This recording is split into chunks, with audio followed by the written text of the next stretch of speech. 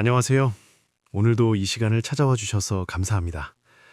지금 이걸 듣고 계신 분들 아마 퇴근길이거나 이불 속에 누워 있거나 아니면 아무도 없는 주방에서 혼자 물 한 잔 마시고 있는 분도 계실 것 같아요.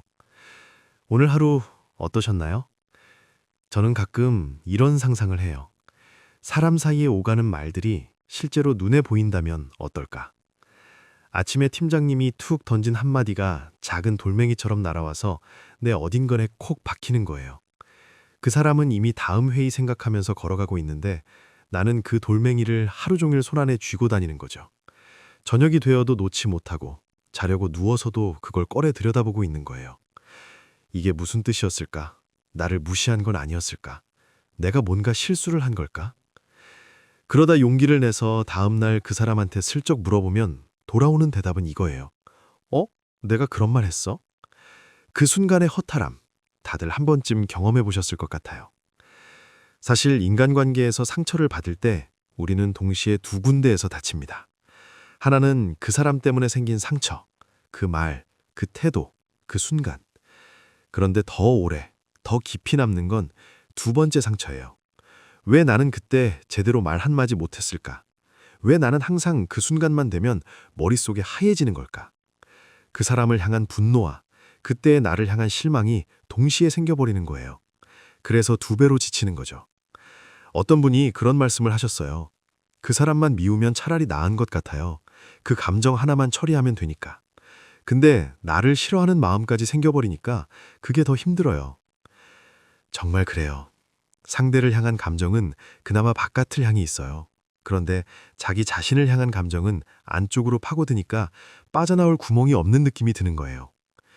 그렇다면 왜 어떤 사람들은 똑같은 상황에서도 덜 흔들리는 걸까요? 저는 그게 준비의 차이라고 생각해요. 거창한 준비가 아니라 그냥 이 사람이 어떤 유형인지를 조금 알고 있는 것, 그게 전부예요. 상상해 볼게요. 우리가 매일 지나는 골목에 웅덩이가 하나 있어요. 처음에는 몰랐으니까 빠졌죠. 두 번째도 빠졌어요. 그런데 세 번째부터는 그 골목에 들어서는 순간부터 이미 알고 있어요.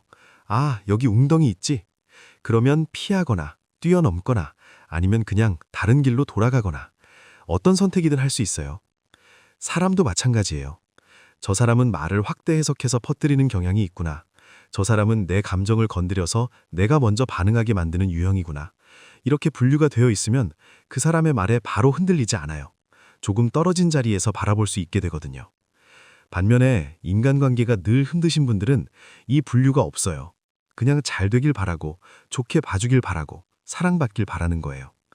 그 마음이 나쁜 게 아니에요. 다만 아무 지도 없이 낯선 도시를 걷는 것과 비슷해요. 길을 잃지 않으려면 내가 어디쯤 서 있는지, 이 골목이 어디로 이어지는지 그걸 조금은 알고 있어야 하거든요. 그리고 나를 아는 것도 중요합니다. 나는 비난에 유독 약한 사람인지, 비교당하는 걸 특히 힘들어하는지, 아니면 무시당하는 느낌이 민감한지. 사실 우리는 자기 자신에 대해서 생각보다 잘 모를 때가 많아요. 어릴 때부터 늘 저 사람이 문제야 라고 생각하면서 커왔으니까요. 나는 잘하고 싶었는데 저 사람이 이렇게 하니까 이렇게 됐어. 근데 어느 날 문득 이런 생각이 드는 거예요. 이상하다. 사람은 계속 바뀌는데 나는 왜 매번 비슷한 상황에 있지? 그건 어쩌면 내가 늘 비슷한 패턴으로 반응하고 있기 때문일 수 있어요. 나의 어떤 지점이 자꾸 같은 종류의 감정을 불러오는 거죠. 그걸 알면 대비를 할 수 있어요. 손절이라는 말 요즘 참 자주 쓰잖아요. 근데 이 말이 왠지 좀 차갑게 느껴질 때가 있어요. 마치 사람을 잘라내는 것처럼. 그런데 생각해보면 손절이 꼭 우리 다신 보지 말자는 선언일 필요는 없어요. 내 마음속에서 이 사람과의 관계를 한 단계 조용히 내려놓는 것, 그게 진짜 손절이에요. 친구였던 사람을 지인으로, 지인이었던 사람을 연락처에서 조용히 지우는 것. 드라마틱하지 않아도 돼요. 아무도 몰라도 되고 선언하지 않아도 돼요. 그냥 내 마음이 조금 가벼워지면 되는 거니까요. 기준은 간단해요. 이 사람과 있을 때마다 내 기분이 자꾸 내려가는 느낌이, 그게 2번, 3번 반복된다. 그때가 신호예요. 우리 몸은 생각보다 정직해서 위험하다 싶으면 이미 먼저 알고 있거든요. 그 신호를 애써 무시하지 않는 것, 그게 나를 지키는 첫 번째 방법이에요. 이번엔 조금 다른 이야기를 해볼게요. 인간관계가 힘든 이유가 꼭 상대방 때문만은 아닐 수 있어요. 나도 모르게 내 에너지를 조용히 갉아먹는 습관들이 있거든요. 혹시 이런 적 있으신가요? 친구가 밥 먹다가 별 생각 없이 요즘 좀 피곤해 보인다고 했는데 그 말이 머릿속에서 자꾸 다른 의미로 바뀌는 거예요. 내가 관리를 못하고 있다는 설인가? 내가 요즘 힘들어 보인다는 건가? 아니면 나한테 뭔가 실망한 건가? 그렇게 혼자 수만 가지 해석을 만들어내다가 결국 상대방이 아예 나를 이상하게 보는 거라는 결론까지 가 있는 거예요. 이게 독심술이라는 습관이에요. 남의 마음을 읽으려는 것. 배려처럼 느껴지지만 사실 읽을 수 없는 것을 읽으려는 시도예요. 내 집중력을 흩어놓고 없는 감정을 만들어내서 체력을 바닥나게 만들어요. 또 하나, 힘든 일이 생겼을 때 나 자신한테 어떤 말을 쓰는지 한번 떠올려 보세요. 조금 지쳤다가 아니라 나는 망했어. 나는 버려진 거야. 나는 왜 이렇게 못났을까? 이런 살벌한 표현들. 남한테라면 절대 못할 말들을 자기 자신한테는 아무렇지도 않게 쓰고 있는지는 모르겠어요. 그 말들이 쌓이면 진짜로 그 말들이 나를 만들어가요. 이런 습관들은 갑자기 끊을 수 없어요. 오랫동안 나와 함께해온 것들이라 이상하게도 정이 들어 있으니까요. 그러니까 처음에는 그냥 알아차리는 것부터 시작하면 돼요. 아, 내가 또 독심술을 쓰고 있네. 아, 또 나한테 너무 심한 말을 했네. 그렇게 의식 위로 끌어올리는 것만으로도 조금씩 달라집니다. 마지막으로 이 이야기를 꼭 드리고 싶었어요. 누군가에게 상처를 받으면 우리는 자연스럽게 그 사람이 해결해줘야 한다고 생각하게 돼요. 그 사람이 사과해야, 그 사람이 달라져야, 그래야 내 마음이 나아진다고요. 그래서 계속 그 사람한테 돌아가고 또 상처받고 또 돌아가는 거예요. 근데 이런 상상을 해볼게요. 부엌에서 요리를 하다가 칼에 손을 베었어요. 그 순간 칼을 붙들고 네가 치료해줘야 해 라고 하는 사람은 없잖아요.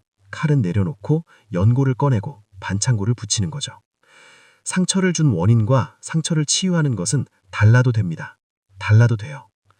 좋아하는 드라마 한 편이 위로가 될 수도 있고 좋아하는 음악이 될 수도 있고 아무 말 없이 걷는 산책이 될 수도 있어요.